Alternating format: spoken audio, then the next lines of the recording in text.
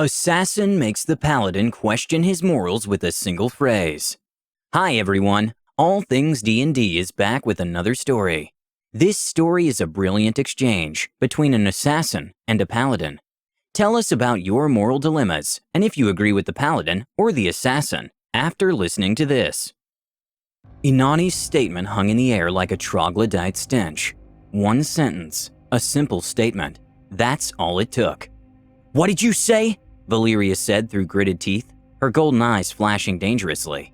By this point, everyone in the party had grown accustomed to Valeria's objections, to views divergent from her own. She was not one to hide her opinions on matters of morality or ethics, a subject she brought up with increasing frequency as of late, specifically since their most recent companion joined them. Penn looked at Inanis and shook his head. Now you've done it, he said in a sing-song voice. Inanis ignored him, his eyes not leaving Valeria's stern gaze from across the table. His lips twitched into a barely perceptible smile. Why does that shock you? He replied in a soft voice. I have never been more offended, shouted Valeria, her voice resonating throughout the empty tavern. The mere suggestion that we have anything in common disgusts me to no end. How dare you insinuate such a thing? It's true, Inanis responded in a flat voice. If you take the time to think about it. That is absurd, Valeria retorted indignantly. How could anyone look at us and come to a conclusion so ridiculous? I feel that I have to keep an eye open as I sleep just so you do not slide a dagger into our chests and loot our corpses.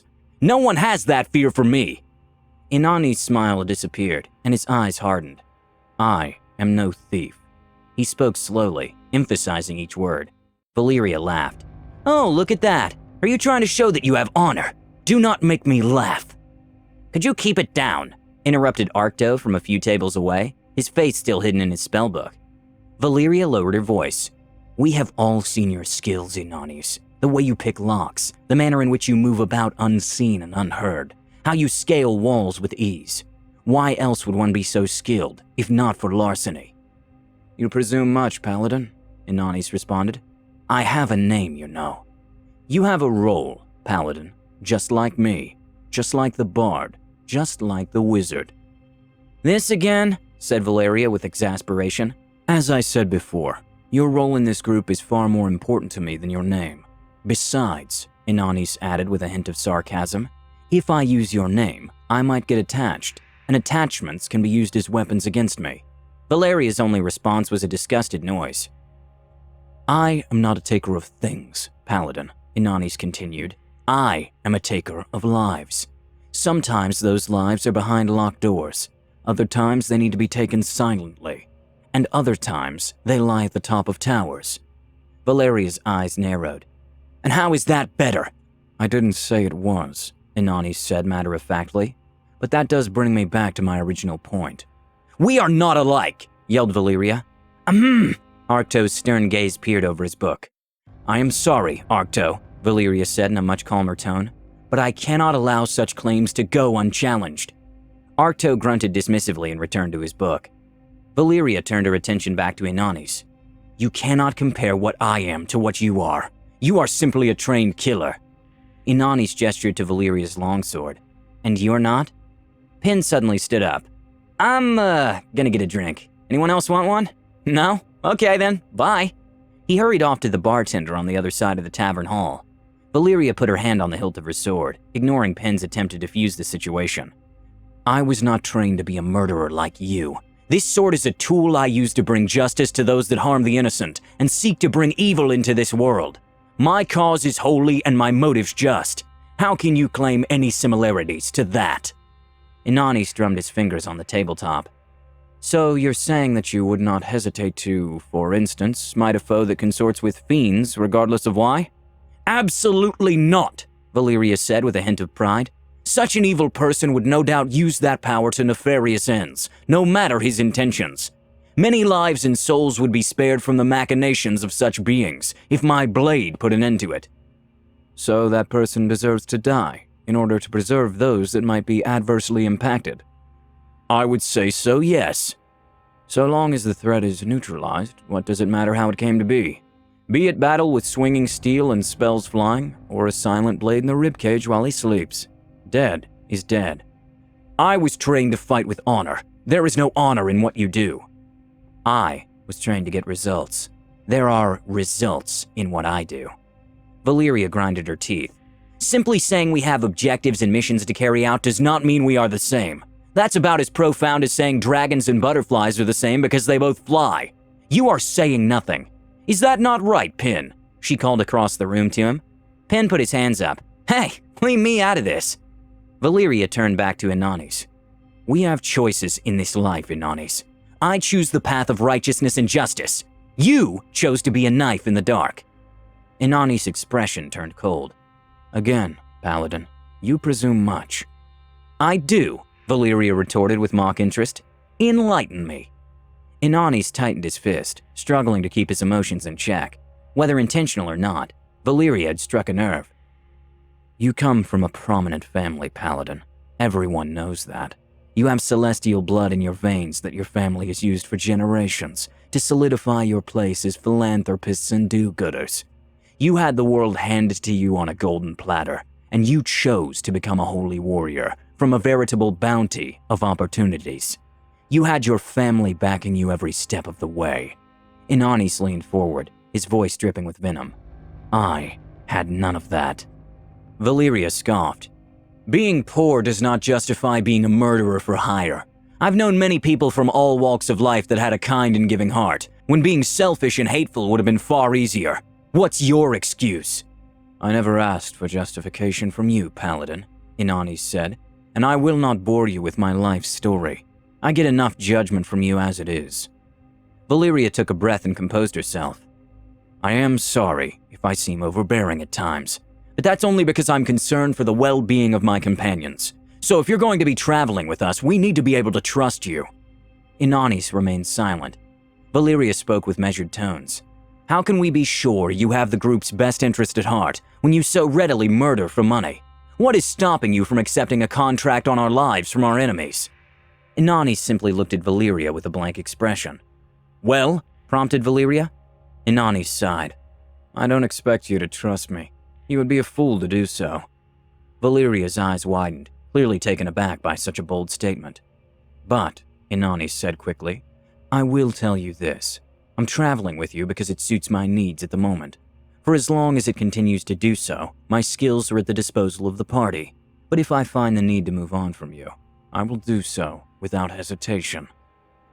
That does not answer my question, Inanis, Valeria replied, her eyes narrowing once again. Would you accept a contract on any of our lives for the right price? Inanis thought for a moment. I doubt it, but that depends on you more than me. How so? Inanis leaned back in his chair. Back in my early days in this profession, I would be part of a team, much like we are now. Every member had a role to fill. We had to rely on each other to do their part for the mission to succeed. If anyone failed, we could all die, or worse. He noticed he had Valeria's full attention. Her expression was one of curiosity rather than condemnation. He continued. Loyalty to one another was paramount. We had to trust each other. To do otherwise would be fatal. So to answer your question, Paladin, he paused. As long as I can trust you, you have nothing to fear from me, for any amount of gold. Valeria was quiet. Do you trust me? I do, he replied immediately. Valeria's golden eyes widened again. Don't look so shocked, Inanis said with a dismissive gesture. You're a paladin, are you not? Your own code of honor prevents you from lying even to me. Also, if you were going to smite me, you would have done so by now. Valeria stammered, stunned by this revelation. Inanis looked right into Valeria's eyes. I am aware of the powers you possess, Paladin. I know you can look at someone, see the darkness in their souls. I know you see the darkness in me, a darkness whose existence I have never denied. I am willing to sink to levels unfathomable to you. I am willing to sink to levels unfathomable to you in order to achieve my objectives, or simply to survive. Be it stabbing an unsuspecting foe in the throat, using a poisoned crossbow bolt, or using a scroll to animate my fallen foes' corpses to fight for me. I don't expect you to accept that. Valeria shuddered. Inanis had done all of those things on their last excursion. She suddenly came to her senses, her stern expression returning. I do see the darkness in your soul, Inanis. But that, more than anything, proves that we are not the same. You have done nothing but prove the opposite of your claim." Inanis closed his eyes and took a steadying breath. After a moment, he leaned forward on his elbows. "Let me tell you a story, Paladin." Pin suddenly appeared at the table. "Oh, a story!" He plopped heavily back in his chair. Inanis and Valeria simply stared at him. "Don't mind me. Please continue." The assassin and the Paladin rolled their eyes simultaneously. "Anyway," continued Inanis, "once there was a goblin named Hetchik. He lived in a lair with the rest of his tribe, in an abandoned mine. Hetchik was not like the other goblins. He was smart, comparatively, and he had new and innovative ideas that the other goblins dismissed as pointless or impossible. He deduced that the reasons their tribe and others like it were constantly preyed upon by the bigger, more powerful races was that they were too self-centered. He wanted to convince the tribe that the best means for survival would be to advance their culture and become allied with their foes: gnomes, humans, elves, other goblinoids, pretty much every race nearby. Inanis stopped for a moment. He noticed that he had Pin and Valeria's rapt attention. He glanced over at Arcto. His head was still in his spellbook. "Nothing comes between him and his studies, it seems," thought Inanis. He continued. "There's no word for ally in the goblin tongue, so it was quite difficult for Hetchik to get his point across to his clanmates. It took him years to finally convince the chieftain to let him try this new method to bring prosperity to them. One day, Hetchik was preparing to make the trek to a nearby human outpost. He worked diligently trying to learn the language enough to write a simple letter to hand to the humans expressing their intentions. But this was not to be. The alarm was raised, indicating an attack on the clan. The goblins fought bravely, but they were no match for the more powerful humans. Hetchik was one of the last to fall. He begged for his life, but, in his panic, he forgot to speak the language he was learning and shouted his pleas in his native tongue, a language the humans did not understand. He was cut down with impunity. As his life drained from him and his vision faded, he watched in horror as the humans systematically cut the ears off his fallen clanmates and stuffed them in a bloody sack. Inanis let those last words hang in the air. Pin's and Valeria's expression had become pallid. He tried to hide his smile. Just a few weeks back, the group had been tasked with clearing out a goblin den and bringing back their ears for extra gold. And why did these people kill all those goblins intent on making peace with them? Inanis reached into his pocket and pulled out a single gold coin between two fingers. For this. He flung the coin at Valeria. It hit her breastplate with a metallic clink before falling on the table. She didn't react to it. Inanis stood up. "As I said, Paladin, we're not so different, you and I." As Inanis turned to walk off, Valeria suddenly stood, slamming her hands onto the table, drawing another irritated sigh from Arcto. "That is not what happened. Those goblins had been terrorizing the villagers for decades." She picked up the coin and threw it at Inanis, who caught it effortlessly without turning around. "I smite the evils of this world to make it a better place for the good of all.